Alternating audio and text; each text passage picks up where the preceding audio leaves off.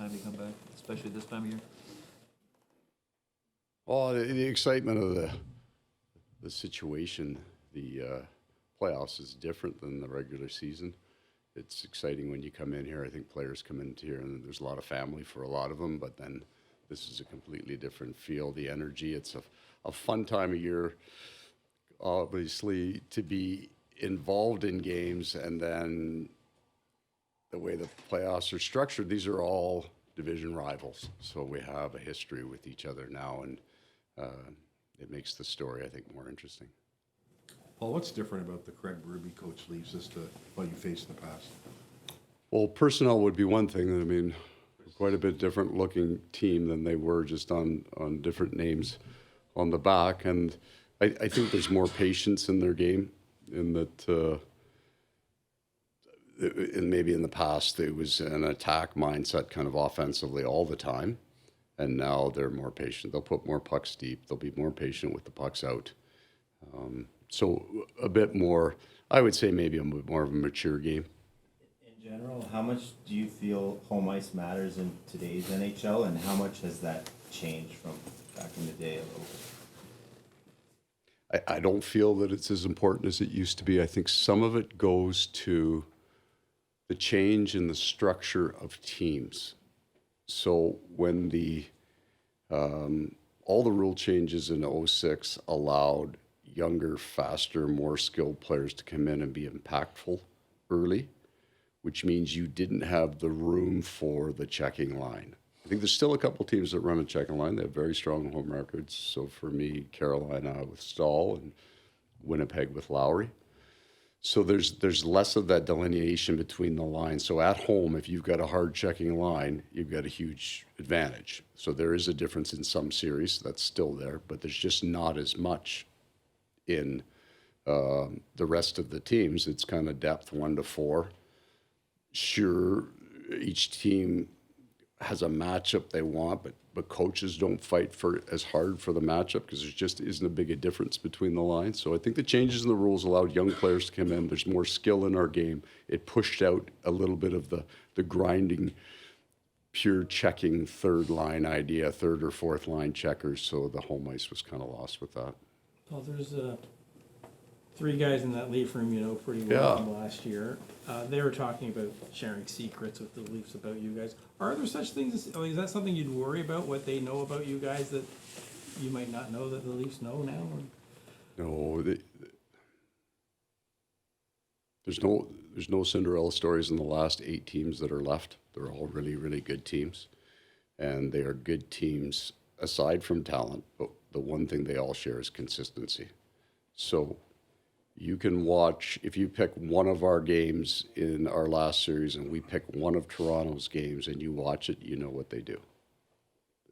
There's no aberration. The good teams do the exact same thing over and over and over again. And in the end, probably the team that wins is the most consistent team. So the words that we use, everybody has their own culture, their own glossary that they use. But at the end of the day, between analytics and the video that we get and the software that we have to break it down, there's just no secrets, right? It's the most consistent team is the easiest team to pre-scout.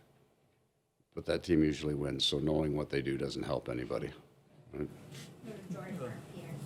Paul, with your defense pairing, obviously, you have guys at the top, and whether it's Ekblad or it's Seth, the second pairing since Ekblad's been out, just being able to have the comfort of the Mikkola-Kulikov pairing, how much has that helped, and what have you liked from that duo over the last couple of years?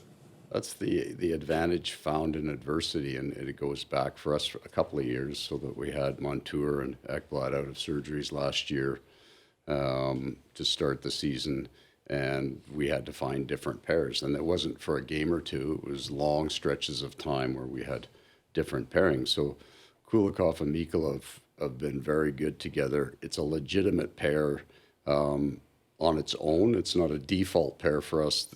Both of them play a hard game. Like Meeks gets across the ice and he's a hitter, and so is Cooley, and they understand each other's game. So we're fortunate with that.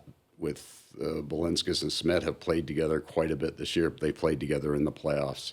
So there's nothing new for our back end with a player like Aaron out. Paul, Marner just had a baby. Yeah. I believe Ekman Larson was saying he had a baby right before the playoffs last year. Right. Been around a long time. There's a lot of babies happening. I think it has to do with like the teams are of similar age. We got a gaggle. We got our own daycare going on at the rink. It's awesome. Yeah.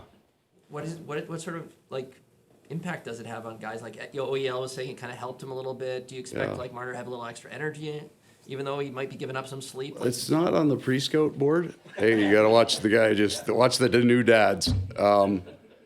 But we've had a whole bunch this year, and there's certainly a lightness when they come to the rink. That perspective does change for sure, especially all of us who've been through it. It changes everything in such a positive way. I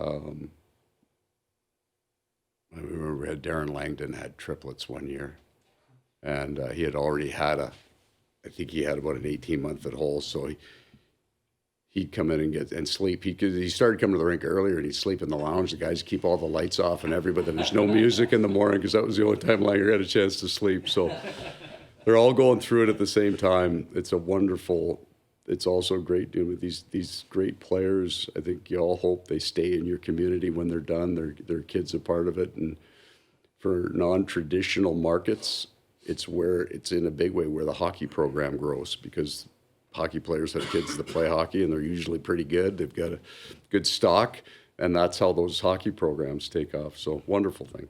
Here, then Anna, please. Paul, you guys have played a lot of hockey the last couple of years. You were trying at the end of the regular season just to get some healthy bodies back. To be able to beat Tampa in 5, especially considering the quality of the opposition, how big do you think or hope that might be? Because you don't want to go 7 every round, obviously. I felt the end of our season was egregious. It was go to the third weekend March on. We played 10 of 14 on the road. We had 5 sets of back-to-backs, and we finished with 9 games in 15 days. So we had about 4 or 5 guys that were kind of wobbly with day-to-day stuff that we started pulling guys out of the lineup. And it wasn't, and everybody thought, well, I wasn't resting them. I was, other than Sam Reinhart, because he was on pace to play 86 games this year with the four Nations plus the 82. So we pulled him out of a couple of back-to-backs. I thought I saw it a little bit in game 2, and then we came out of it. So now, though, for our team, I think this is our 6th game in 19 days, where we had come out of 9 games in 15 days. So I don't feel that's an issue for this group at all anymore. And we don't really, we play in so many tight games, and that's almost the history from January 1st on, really tight games. And that's the style of game that we play. You don't have to feel good to play well or win. You don't need your hands, and you don't have to feel good. Paul, Anthony Stolarz has been a rock for this Toronto team pretty much the entire season, getting the biggest opportunity of his career right now. What did you learn about him as a player from your time with him? The personality is the first part. I'll qualify this. I don't know anything about goaltending, like nothing. I'm serious, especially the why you would play goal. But for us, it was a game, I think, at home against the Islanders last year, and we gave up 41 shots. So clearly we were in Stanley Cup form.